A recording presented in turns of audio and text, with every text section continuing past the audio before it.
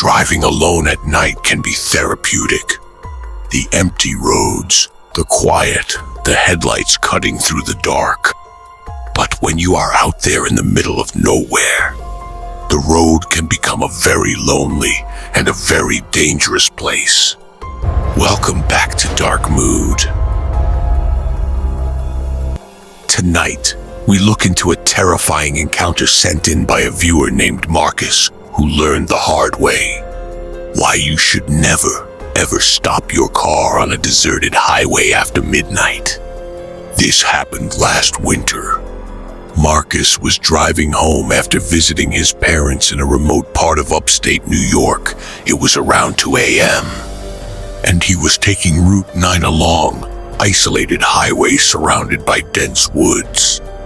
There were no streetlights, only his high beams illuminating the asphalt. Marcus was exhausted, drinking black coffee just to stay awake.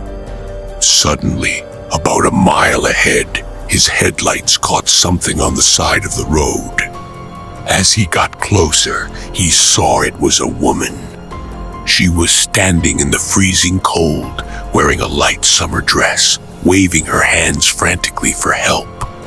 Against his better judgment, Marcus felt sorry for her. He slowed down and pulled over a few meters past her. He rolled down the passenger window, expecting her to run up to the car. But she didn't. She just stood there in the dark, her face completely obscured by her long, tangled hair.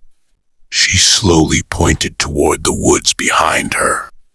Marcus called out through the window, asking if she needed a ride or if her car had broken down. No response.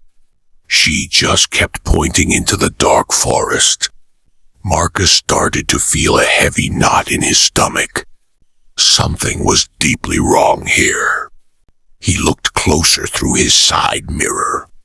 That's when he noticed the woman's hands. They weren't shaking from the freezing cold. They were perfectly still, and her summer dress, it wasn't moving at all, even though there was a strong winter wind blowing through the trees.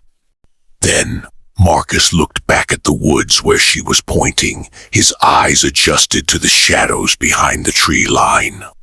Hidden in the dark, about 3 tall. Muscular figures wearing tactical gear and ski masks were crouching, slowly moving toward his car. It was an ambush. The woman wasn't a victim. She was the bait. Adrenaline surged through Marcus's veins. He slammed his foot on the gas pedal. The tires screeched as his car launched forward. As he sped away, he glanced at his rearview mirror one last time. The woman was no longer standing still.